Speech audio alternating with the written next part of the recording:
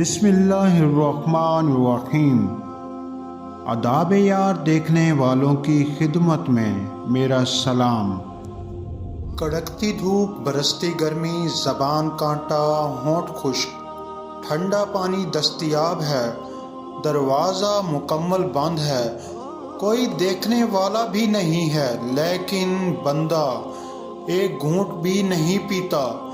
وضو کرتے ہوئے احتیاط کرتا ہے کہ کوئی قطرہ حلق سے نیچے نہ اتر جائے، کیونکہ میرا اللہ مجھے دیکھ رہا ہے۔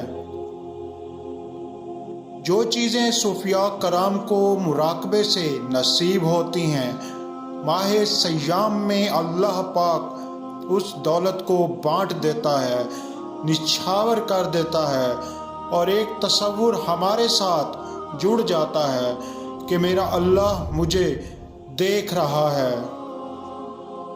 اللہ دیکھ رہا ہے ظلم سہتے ہوئے مسلمان کو بھی، اور غفلت میں سوتی ہوئی امت کو بھی۔ غیبت نہ کرو، کیونکہ یہ اپنے مردہ بھائی کا گوشت کھانے سے بھی بدتر ہے۔ جس نے اپنے مسلمان بھائیوں کی غیبت کی تو اس کا روزہ فاسد ہو جائے گا اور اس کی نماز قبول نہ ہوگی۔ غیبت نیکیوں کے نور کو بجھا دیتی ہے۔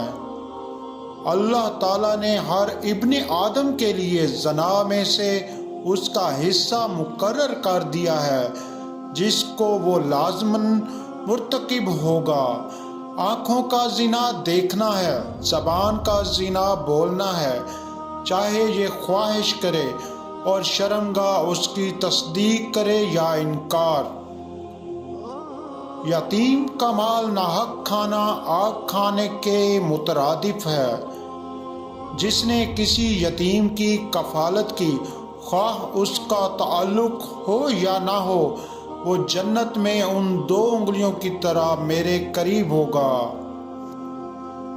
اے لوگو جو ایمان لائے ہو، انصاف پر ثابت قدم رہو، اللہ کے لیے گواہ بنو، خواہ وہ تمہارے اپنے یا والدین یا رشتہ داروں کے خلاف ہو۔ دوسروں کے ساتھ ناانصافی کرنا یا ان پر ظلم کرنا اسلام کی تعلیمات کے خلاف ہے۔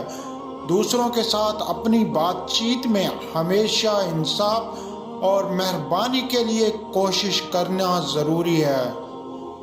بے شک اللہ ہم پر ہمیشہ نظر رکھتا ہے، یہاں تک کہ جب ہم چھپ کر گناہ کرتے ہیں۔